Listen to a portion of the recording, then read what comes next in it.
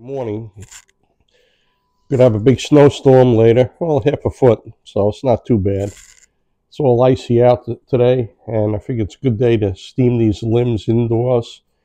What I did is I looked in the staves I had, and I said, oh, there's one there that I put away. I'm going to shape it and make one more recurve. And the first one I made, I had big bends in, and now I figured out the little bends work good. And then I made a second one with the little bends out of a bow blank that was actually a longbow blank that I had real thin design. Excuse me. So today I'm going to make a kind of a nice recurve, and the design is just to share with you. This is going to be only a 62-inch recurve because I have a 26.5-inch draw. And what I did was, it's 1.5 inches for the riser width, and it goes down. I have an 8-inch handle, okay? From the fades of the 8-inch handle, I go down an additional 6 inches and maintain that 1.5 inches. And from that, 6-inch point, I taper it down. I tapered it down to a 1/2 inch. And what I'm going to tell you is, when you make your recurve, whatever length you need for your draw length, okay, maintain that thickness down 6 inches past the fades, but taper it down to 3/4 inch. Because once you take the saw marks off, or if you have any marks from a draw knife taking it down, when you sand it, you can sand it down to that 1/2 inch, and they won't be too narrow. See, these are a little narrow. I'm putting horn tips on, so it'll be fine. Okay, but that's the design. Okay, I have a small hand, but I have to see after I bend them and put them on a jig, and I fire harden this bow, because the fire hardening works real well on these hickory recurves. They were shooting smoking fast. You could check my chronograph readings that I have. I have a chronograph video, and I may add a handle just to get a little more material to shape. So what I have over, I have a pot boiling right now, a big pot, and we're going to steam it, and I'll show you a picture of it once it gets going. And we're going to steam this inside for 50 minutes, and then we're going to clamp this on. What I did was, on the top of this jig, I have a catch. I made a catch. And because there's leverage with the bow, I put a clamp, even though it's glued, to keep it, make sure it don't pop off. And I put a center line, because I have lines marked on this. You see on my other videos that I put lines on this jig for alignment. And I have on this catch block a center line, so I can know just by looking at it where it's got to go. This is nothing more than a Harbor Freight yardstick, metal. And this works real good. What you do is, once you get it steamed, you put it in, make sure it's aligned, and you can bend it and hold it together with pot holders. Another important piece of this is pot holders, and bend it over and put your elbow on it. Make sure you wear a sweatshirt or something, because this will be hot. Elbow on it and clamp it up and let it sit. The next part of the process is, after it's all cooled, you're going to have spring back. So you'll unspring it, take the clamp off, and you will be able to bend it down and clamp it again, and use a heat gun to help maintain that curve. Okay, you'll be able to put a set in it with the heat, temper it, or whatever you want to call it.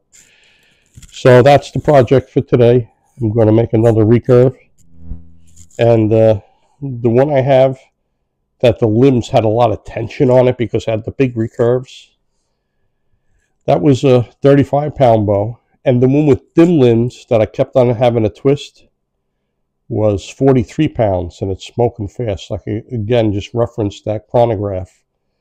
So this will be a more precise design, stable design, yet it still has thinner limbs, and it's going to be smoking fast too, right? With smaller radius curb, and it has yet to be determined. The season's over for me hunting now, so I'm kind of leaning with. I really like, for some reason, I had a tear in my rotator cuff, and it seemed to heal okay, but for 3D, I kind of like 37 pounds.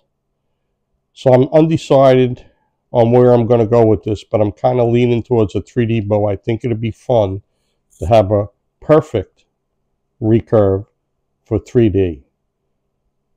That's kind of where I'm going with this. So, show you when I bend it. We made a little chute out of tin foil, and got it steaming. Got it set for 50 minutes. And as soon as the time's up at 50 minutes, I'm going to show you bending it.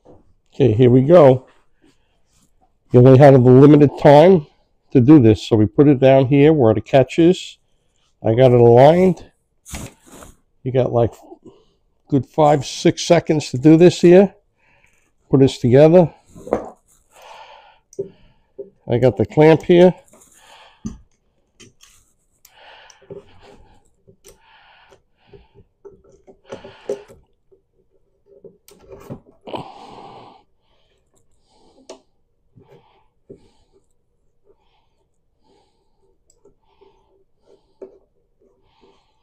This first one is the most important one.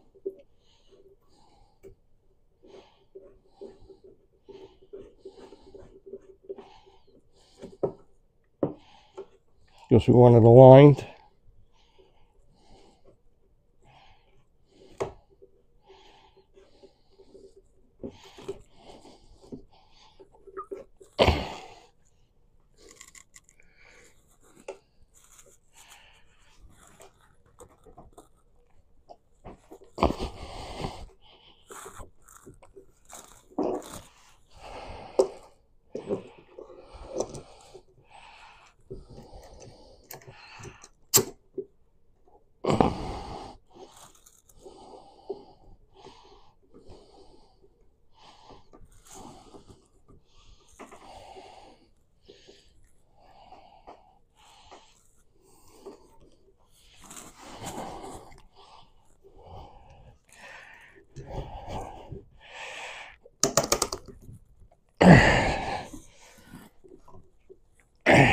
There we go.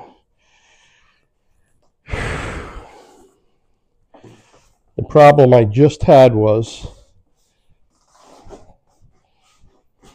that this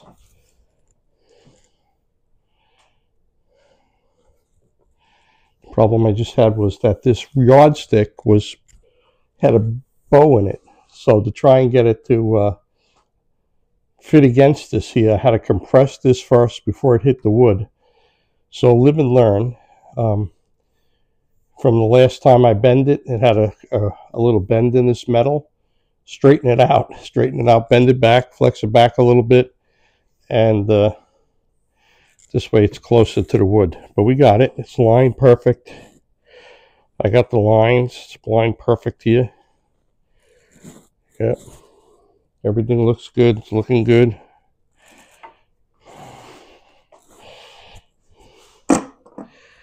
And like I said, if it's not really 100% perfect, we have 2 more chances of straightening this the way we want it.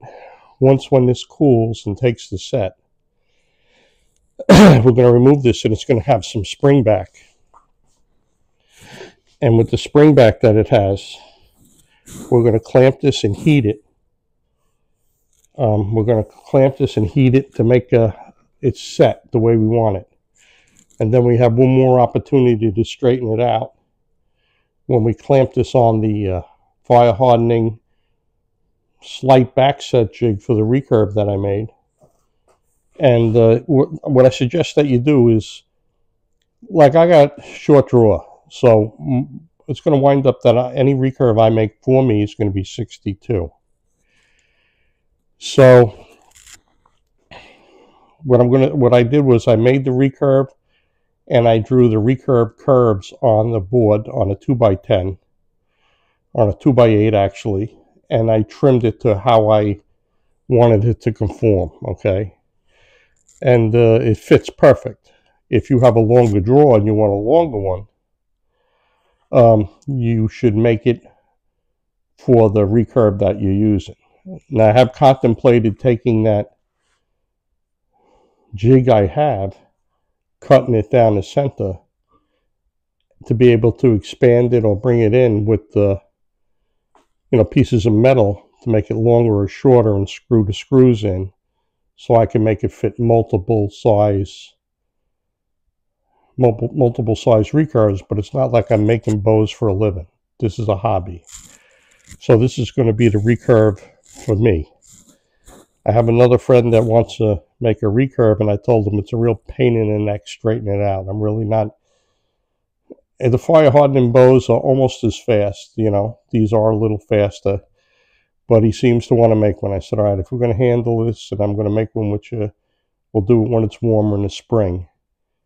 And what I'll have to explain to him is that after we get the proper size bow for him, and we put the bends in it, we'll make a brand new jig for fire hardening with a 1-inch back set. And that'll be for, because he's got a longer draw. He's got a 29, 30-inch draw. And that'll be for longer recurves. I'll put it aside. It won't be a waste. I have a couple of guys with real big long draw lengths, and that's what we'll use it for. We'll have specific fire hardening jigs for recurves, for one for a short draw for me, or one that's longer for a longer draw. And that's it. It's cool to the touch almost already. We're going to leave it a little longer, and then we're going to take it out, and I'm going to reclamp it, and we'll use the heat gun. And when we, like I said, when we reclamp this, that's when we're going to realign it to make sure it's exactly where we want it to be.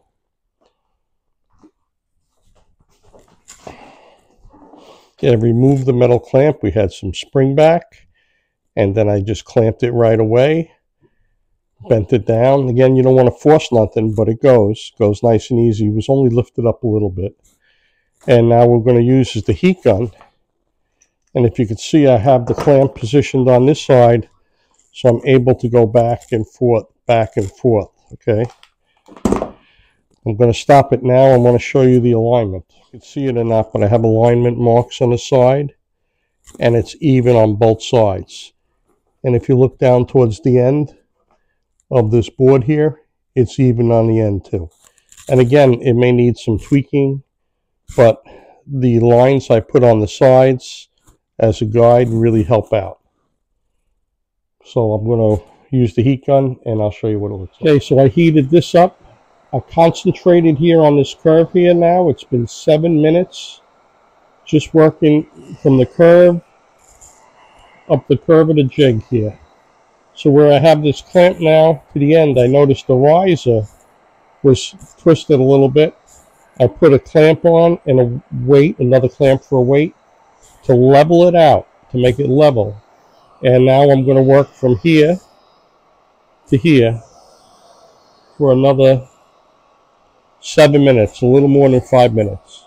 Okay, this was concentrated little curve that I heated up for 7 minutes. This one here I gave 7-8 minutes here too, back and forth up into the midpoint of this riser with leverage, and we're going to let it cool. When it's nice and cool, we'll take the clamps off. We're still going to have some spring back a little bit, but we have another opportunity to line this up correctly when we put it on the fire hardening jig. And once we clamp it to that jig and we get it fire hardened, once it gets cooked, fire hardened through and through, it'll take the shape and remain the bend we want. To the touch, I'm going to take off the clamps. Like I said, this was twisted this way. Something to be aware of, that these heat guns, the tips of the heat, oh, I took it out. It's fairly level now. Very little bit spring back. It looks fairly level. Okay. The tips of these heat guns stay hot for a very long time. So be careful where you put it. If you have kids, pets, whatever, just be careful. Nobody goes near it. They'll get burnt. Their skin will stick to it. Okay, check it out. Okay, not bad. Look, we got a nice recurve. Okay, like I said, we'll have another chance to align it once we put it on the fire hardening back set jig. That's only an inch back set in the second limb. I'll get it aligned best I can here.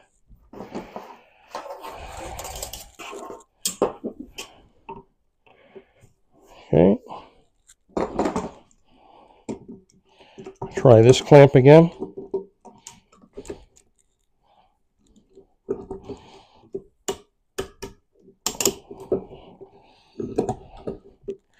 It's always a problem. I got to find a better clamp.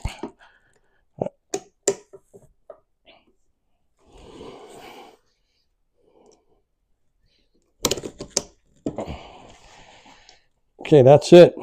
Here we go. Pressure here and here so we don't have no grain lift. Use your elbow.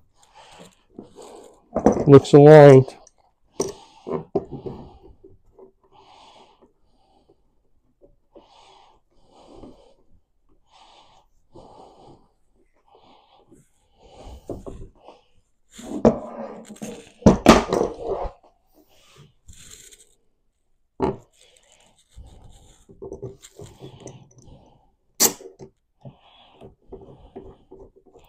Yeah, that was fairly painless because I straightened out this yardstick that had a little bend in it. So when I put it in, it was flush and I didn't have to play with it too much. Okay. Trying to get it just perfect to cool down. Okay, we're going to let it cool now. And then when it's nice and cool and set, we're going to have the clamps removed. We're going to have spring back. Then what we're going to do is reclamp it again and use the heat gun one more time. And then I'm going to hydrate it. I can't fire harden it today because we don't know when actually the snow and rain, it's going to be a rain-snow mix and then changing over to snow. So I'm going to be looking down at this here with me. Okay, it don't look bad, but like I say, these always have to be tweaked when you put a string on it. You'll notice it has to be tweaked. And when I put it on a fire hardening jig, overall, there's lines on a fire hardening jig. I'll try to line it a little better again. Okay, but it looks good, right? Smaller curves are the way to go. Well, I made this bow here, and instead of making it 62, I made it 64, which is okay. I get to try out what I wanted to do with this jig. I'm going to cut this jig right down the center line, and what I have here is clamps, is bars from the angle lines that I use for the fire hardening. I cut off, and we're going to screw these in, all right, and just separate it, and we're going to put them on each side. I have 4 of them, and we're going to get it to fit this. So now I'll be able to take them off, put them together for a 62, open them up for the 64 that we have. All right, something new. It's worth it for me to try this because it's in the back of my head to try it, so we'll see how it comes out. Update on my now expandable jig.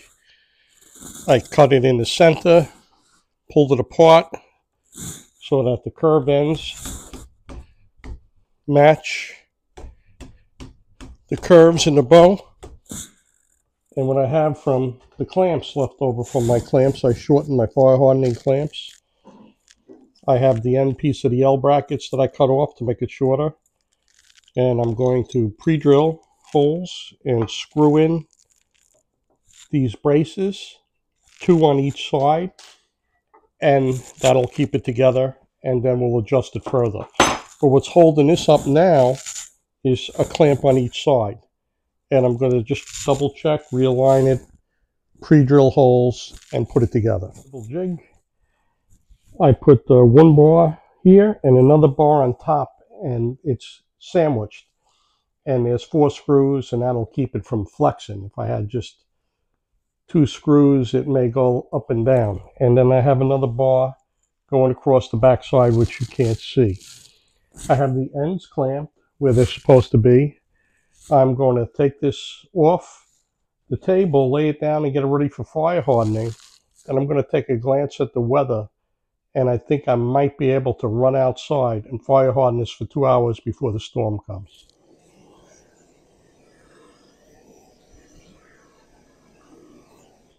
Okay, today we're playing Beat the Storm. It's supposed to be a rain-snow mix and then changing over to about a half a foot of snow later. So we got the coals going. I'm going to fire harden it with that expandable jig now. And hopefully I'll get a nice cook out of it. Time don't matter. The color is low and slow. I usually try to go 2 hours. I'm going to call the start time at like 22. Important things that you need for fire hardening is fireplace gloves, these big fireplace gloves. Put them on every time you move the jig up or down, just in case you slip and it falls on the coals, you can grab it without getting burnt. Things happen. Okay, a stick for knocking down hot spots or where it's cool, you want to put a couple of more coals and knock them around. Also, after every 15-20 minutes, what I want you to do is knock off the ash. If you need more coals, put more coals in, and you have to tighten the clamps. The wood will shrink and the clamps will get loose. Okay, so that's it. It's going. Let me show you how. Once again, how you check the heat is palm of hand right under the limb. 1, 2, 3. 1, 2, 3. 1, 2, 3. See, it's a little low here. I'll throw a couple more coals. 1, 2, 3, 4. Right here's got to catch. We got some new coals. But the bottom line is, once these coals catch, like I did over here, because these coals are going good, is 1, 2, 3. On the third count, you want to pull your hand away. Okay, this is something Keith Shannon came up with, and it works. All right, so wherever it is, you put your palm underneath the limb. 1, 2, 3. 1, 2, 3. 1, 2, 3. You want to pull your hand away. And you can't use a ruler to measure the distance between the wood and the coals, because now it's warmer. It's going to really drop into frigid cold tonight and the next week. But you can't judge the distance between coals and wood because of the outside temperature. The other thing that affects the temperature too is the wind blowing. Today's like really calm, literally the calm before the storm. Okay, so if you go with a thermometer and go over it, you'll see the thermometer keeps going up. You can't get an accurate reading. A thermometer don't really work. So that's it. Common sense. You don't want to roast your hand. You don't want to get burnt. You just put your hand under the limb. And 1, 2, on that third count, you'll want to pull away your hand. Then you know it's the right height. And you see I have these stanchions with screws to adjust it. And the other thing is you have the stick to adjust it. And I keep coals in the back of that grill so I could add coals where need to be. There's just a couple that need to be catched, that need to, ignite. Once they catch, it'll be perfect. All right, see you in about a half hour or so.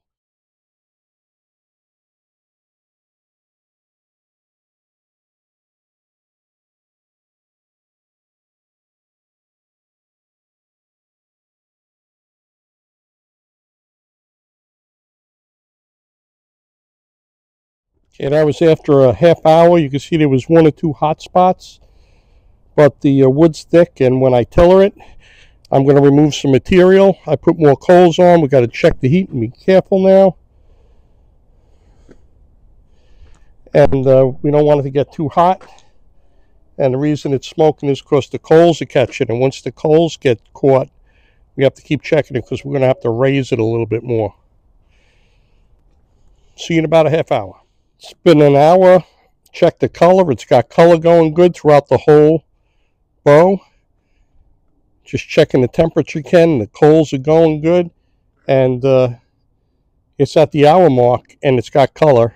It's got the color we want. I'm going to let it go for another, we'll check in another half hour and then an hour. At that 1 hour mark, I moved the clamps just so the clamps are in a different space. So underneath where the clamps were, it's white. They'll get a little color. I don't know how, it's not really necessary. It's more for aesthetics, but I'll let it get some heat, direct heat cooking in those spots for the second half of the cook. Now we have to be careful. Those coals are caught. Got to check the heat.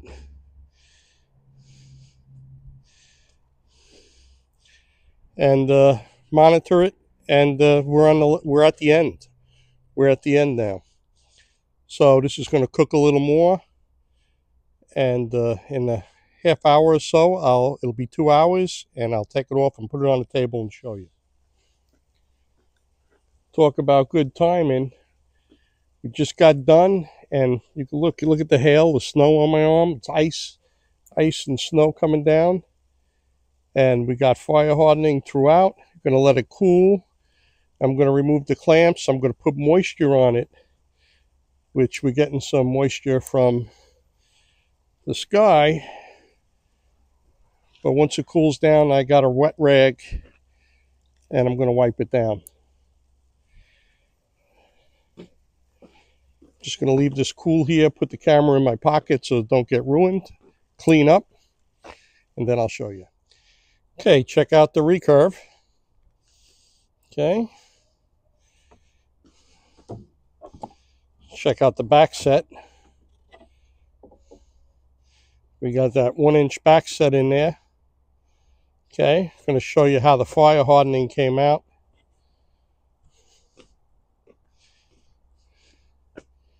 A little hot spot here or there, but when we tiller it, we got color into the fade outs. Okay, color down towards the tips. Okay. All right, it's been cooked for 2 hours. Like I said, time don't matter. It's basically the color. But we got it. And let me look how straight it is. Let me see. Okay, whenever you look at it by eye, whenever I do this, it looks straight as could be. It looks straight as could be. And we'll have to see once we tiller it and get a string on it. That's when we could, we have to maybe tweak it when we put a string on it with a brace height, okay? But it's looking good. So what I'm going to do is I'm going to sand it. We're going to get it all sanded. I'm going to put horn tips on it. And it's going to be miserable out for the next couple of days. This misty rain is going to turn into snow. And then it's going to be really frigid, 20 degrees for a couple of days. But sanding, horn tips, hydration. And we're going to have another video, part 2, with tillering and shooting. Tillering, shaping, and shooting. Crazy thing, there's still some cambium left on here. And when I came in, after fire hardening it, I was able to peel it off. And I'm going to heat it up now, some hot warm water, and try and peel the rest off. So this was stave. This stave came from some wood that I purchased from a guy down the block. It was harvested in the winter. It had winter bark. I steamed it in a steam tube and actually peeled off the back. What I thought was I peeled off all the back, but apparently I didn't, because after I fire hardened this, I saw some separation and I kept peeling, and look, peeled off more of the back of the bow. So it's still good, all good. I just got to take a card scraper, cabinet scraper, and clean up the back a little more before I even think about tillering it. So that's all. I want to show you everything, my mistakes, everything, and it's going to work out. Well, that was unbelievable. When I peeled this off and I steamed it, I peeled off sheets of that cambium, but somehow somehow there was a layer left on. I don't think I could have missed it, but there was a layer left on. So I used my pocket knife for most of it. Got it all cleaned off, got a cabinet scraper. But then what happened here is I got two little tears. Like two little tears that I had here. So what I'm going to do is I'm going to sand it down. I'm not going to go chase another ring, obviously. I can't do that at this point in time. But what I'm going to do is sand it all down. And I have rawhide. And I'm going to put rawhide from like the mid limb down. And I think that should take care of the problem, because recurves are high stress and I don't need anything breaking. Okay, it's sanded down and out. Just that little dot be covered up with rawhide and glue. Okay, so let me explain to you what happened. What happened was I got a bunch of hickory from the guy down the block. I paid him, he's a tree cutter, I paid him for it. And I had split it and got a bunch of staves out of it. And because it had the winter bark, you know, I'd have to take it down to a growth ring. I took a couple down to a growth ring.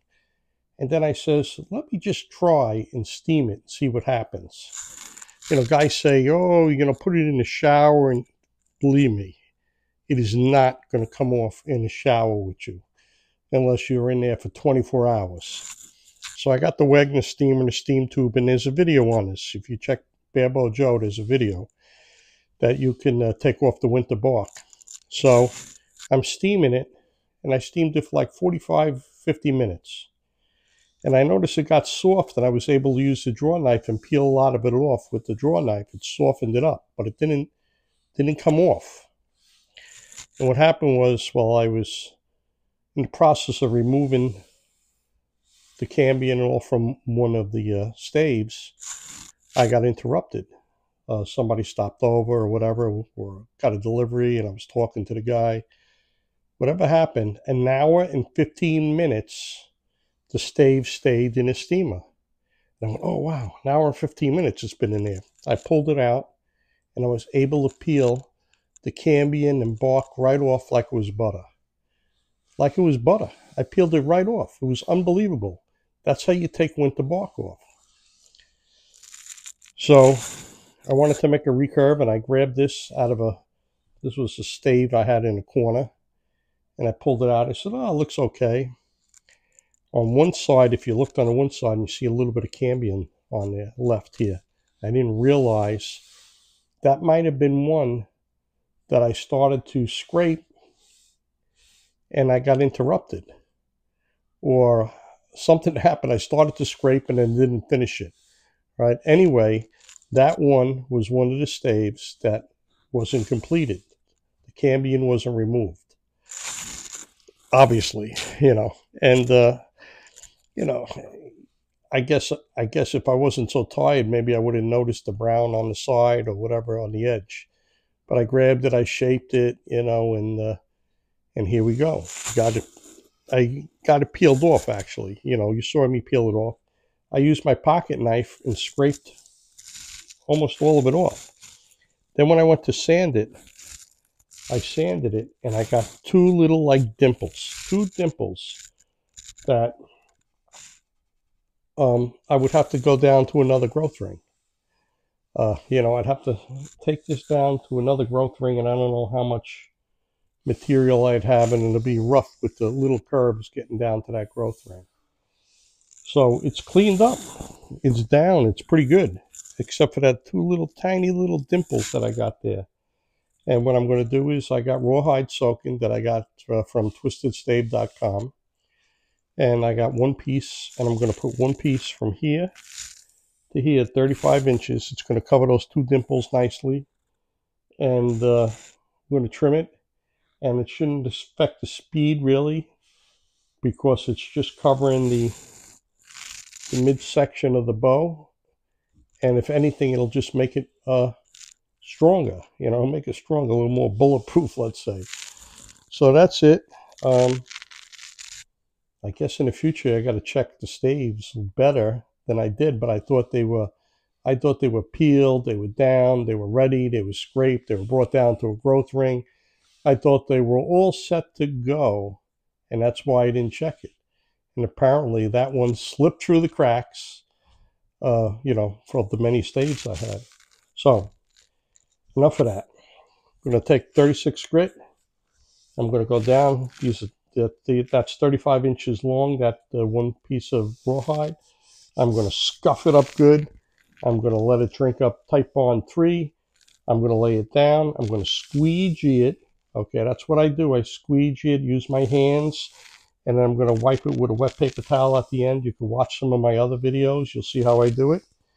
And I'm going to let it dry. I'm not going to wrap it. I'm just going to lay it on, squeegee it out, rub it out, and let it lay. And that's what I've been doing with the board bows, and it's been coming out fine. And then I'll trim it, and we'll sand it and tiller it. And that'll be the end of it, okay? But, you know, things happen, right? You got to move along. I thought this was going to be perfect. Surprise. All right, so these two little dimples here, from there to there, and that rawhide's going to cover them. Just two little dimples. Don't want to take a chance of taking it down. Well, might as well make it a teaching moment.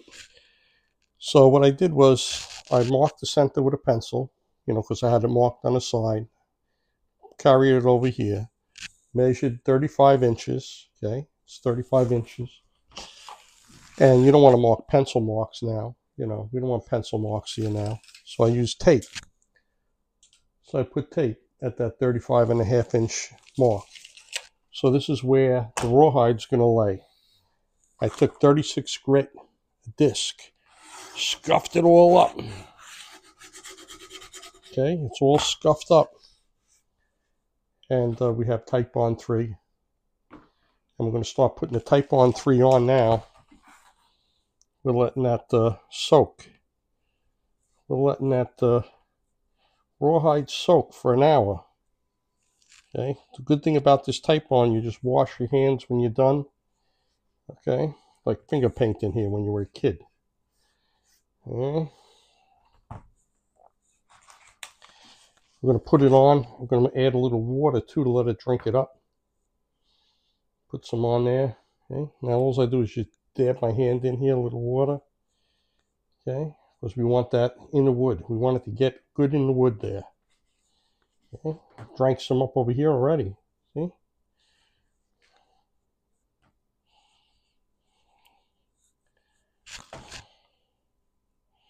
Yeah, really did. It drank some up already. Probably because of the fire hardening too, right? Dried it all up. Made it thirsty.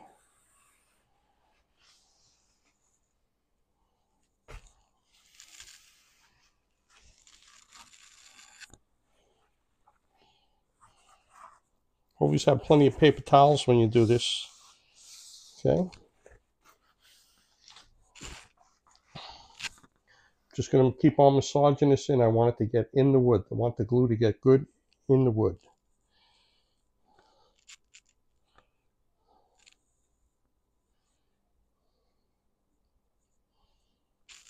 Okay. Take the one strip. It's the one strip. I'm going to wring it out a little bit. Okay. What we're going to do is stretch it. Stretch it. It's part of the process. You know, you stretch it this way and then you got to stretch it back again.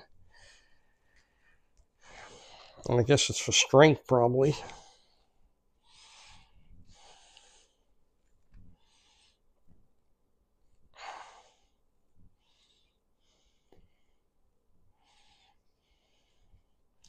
Okay, I'm going to pause this here because I'm not going to let you watch me stretch it, but that's what I'm doing. On this rawhide, one side is smooth and the other side's got the flesh on it, and I always scrape it with a cabinet scraper if I have to, or sand it. This was really clean. I just sanded it. That's all I did with this. Now we're going to rub some glue on. I just put some more glue on the bow. It drank up that glue. It's drinking it up, which is good. We're getting it in the pores of the wood, inside the fibers.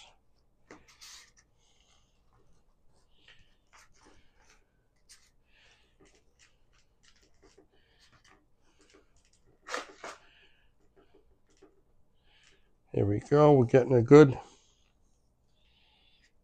One more, a little bit more here. A little water.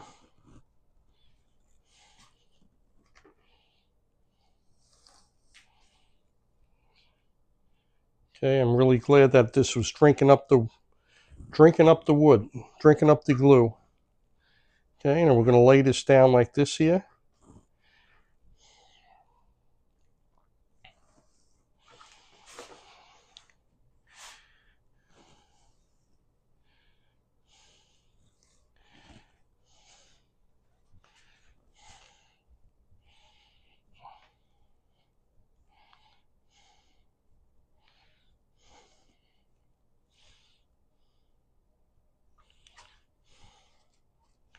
Okay, we have the tape for like a guide for the mark, for the length.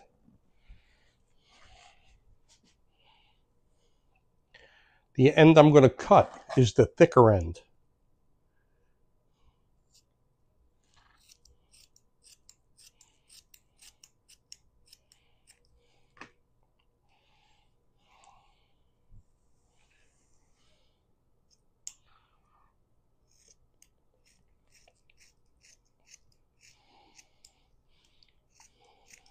Okay, the end I'm cutting is the thicker end. I have a squeegee here. Okay, we got the glue on here, good. The tape is the guide. Look at this, we're making a nice here with squeegee in it. I'm going to wipe any excess that's dropping off here, off the sides.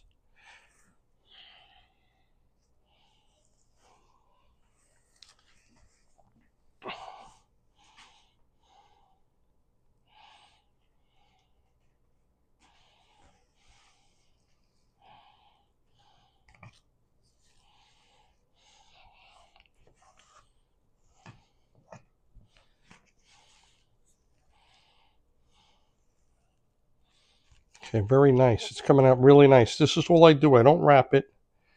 I put it down, make sure that it's, if you have any tapers in the wood, you could use your hand. You know, any little bumps or whatever in the wood, you could use your hand to make sure it conforms.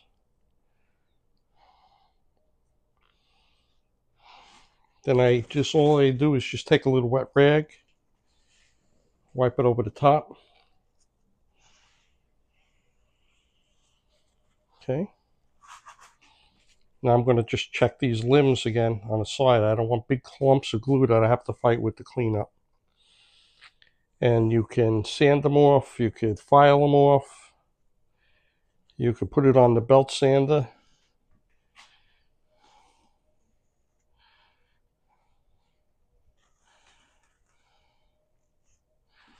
To clean it up when it's dry. Be like a potato chip. And all you use is a box cutter and slide it off. That's it. It's done. Peel this off because this is just a guide here.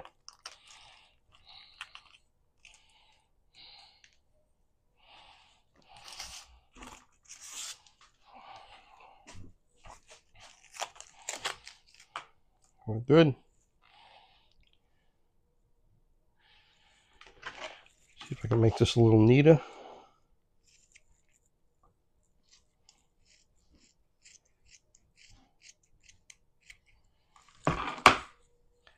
Okay, that's it. I'm going to put it inside now and let it dry overnight and trim it up. You'll see me trimming it up tomorrow. And that's it. That's all there is to it. Just going to wipe the edges a little bit more wherever I see. Okay, tomorrow it'll be trimmed. It's all set. Just going to dry untouched just like that overnight.